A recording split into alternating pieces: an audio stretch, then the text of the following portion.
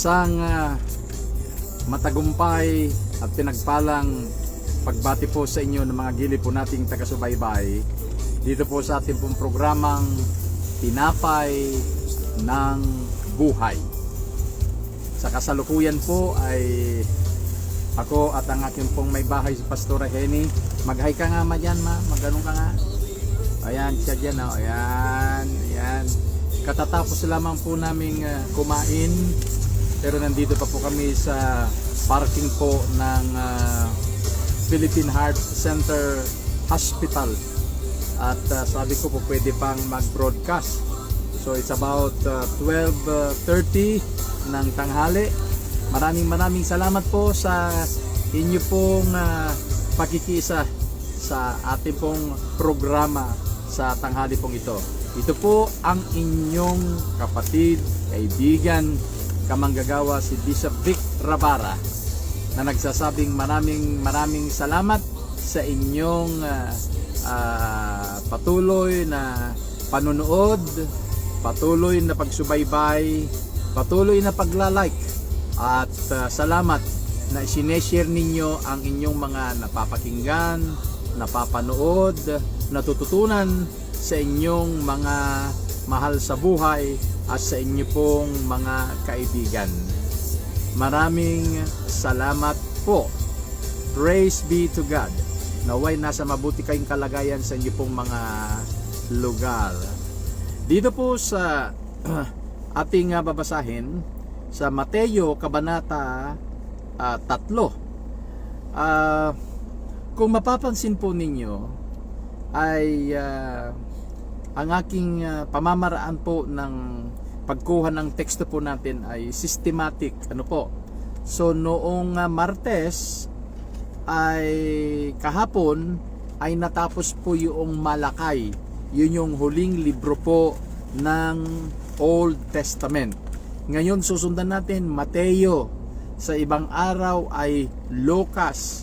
Sa sunod na araw ay Marcos, Matthew, Mark, Luke, John, Acts, Romans. Ganun po mangyayari.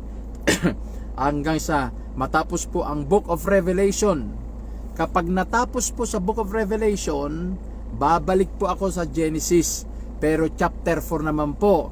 Genesis chapter 4, Exodus chapter 4, Leviticus chapter 4, Deuteronomy chapter 4. At kapag natapos ang Revelation chapter 4, balik po ulit po ako doon sa Genesis chapter 5, Exodus chapter 5. Ganun po ang aking pong sistema ng pagkuha po ng teksto. And so today, dito tayo sa unang libro ng Bagong Tipan.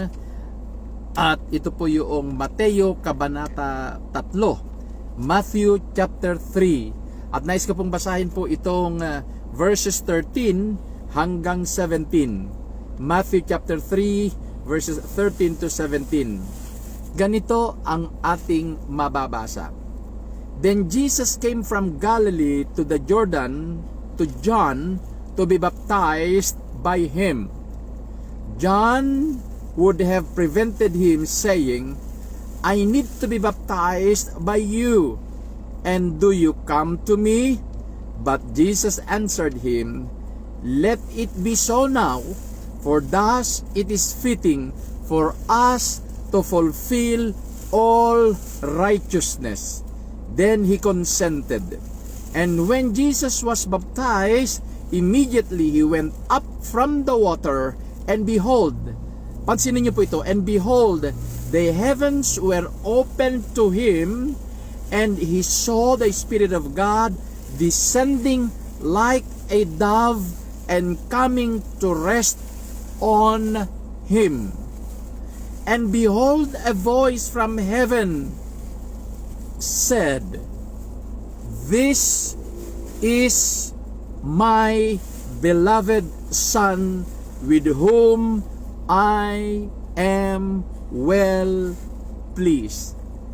Pinagpala po ng ating Panginoon ang pagkakabasa po ng kanyang mga salita. Maraming salamat po sa inyo po ng mga kapatid po nating nakikinig. Just want to special mention sa aking kaibigan dyan sa Batak, Ilocos Norte, si Reverend Dr. Edu Arizabal. Kumusta kan kabsat?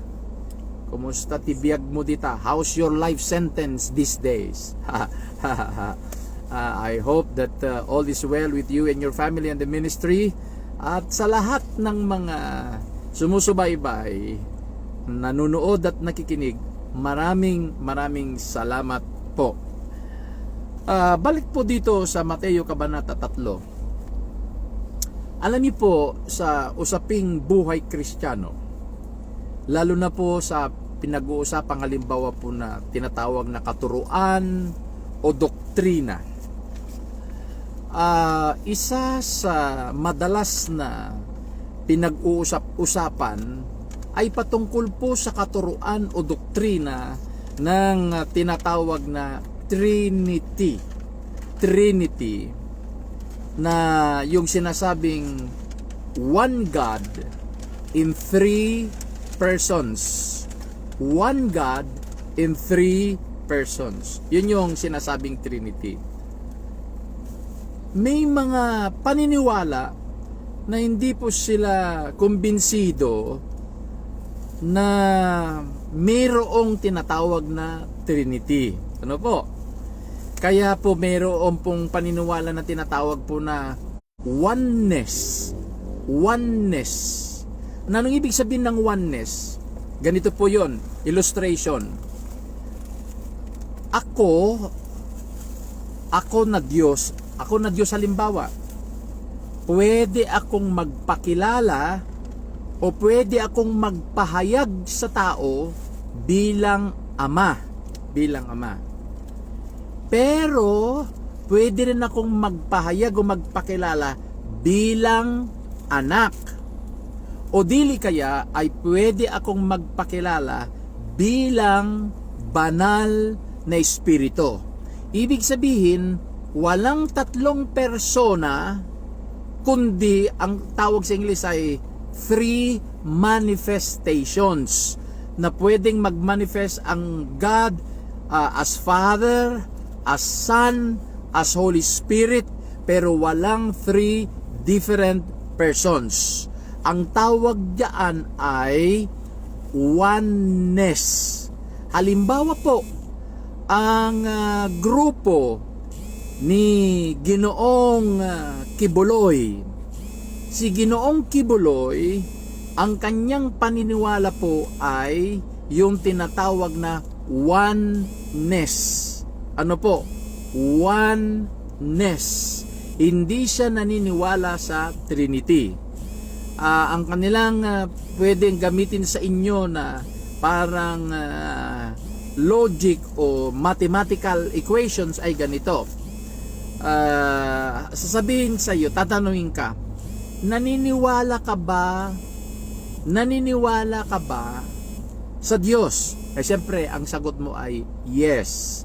Yes ang isasagot mo.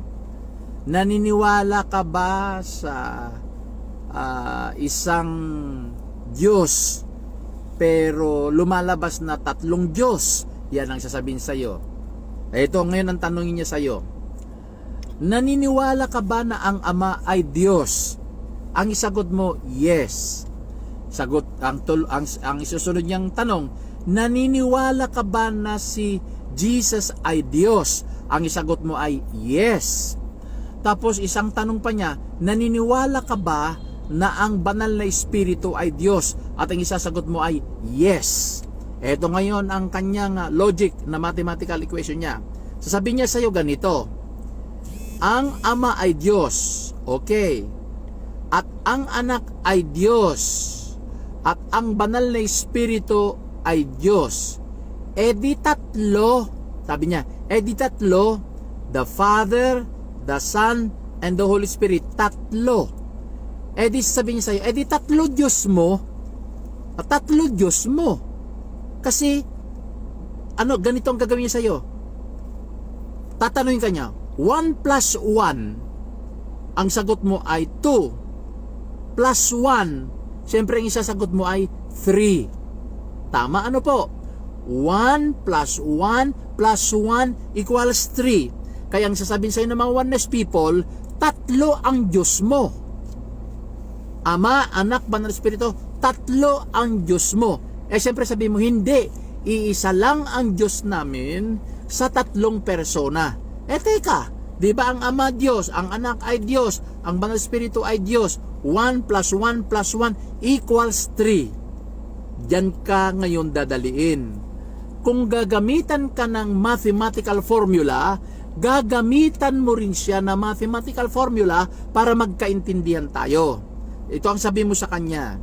Tanungin mo sa kanya, may sinabi ba ako sa iyo na tatlo ang Diyos ko? Ayan, tanungin mo sa kanya, may sinabi ba ako sa iyo na tatlo ang Diyos ko? Ikaw lang ang nagsasabi sa akin na tatlo ang Diyos ko. Ayan, hindi siya makasagot yan. Eto ngayon, ginamitan ka ng math, gamitan mo rin ng math. Ito tanong mo sa kanya, okay kaibigan, sabi mo rin sa kanya, 1 times 1, anong sagot? Pwede sagot niya, 1 times 1, 1, yan ang Diyos namin. 1 times 1 times 1, one God in 3 persons. Magkakaiba sila ng persona, pero the same deity, the same substance, the same nature, God.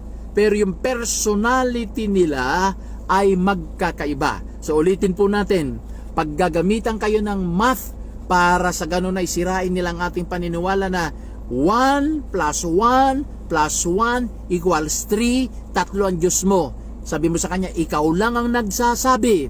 Pero sa amin ay 1 times 1 times 1 equals 1. Yan ang ating pong sasabihin sa kanila. Iisang Diyos pero tatlong magkakaibang persona.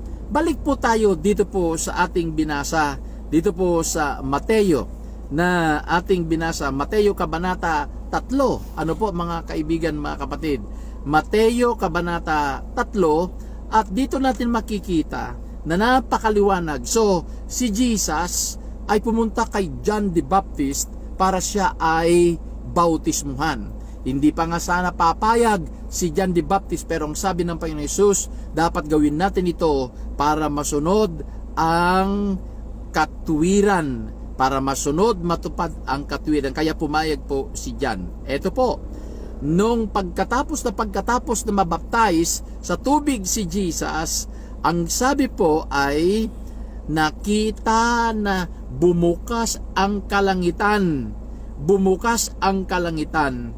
At nakita po nila bumaba ang Espiritu ng Diyos sa anyo ng isang kalapati at dumapo po sa ating Panginoong Hesus.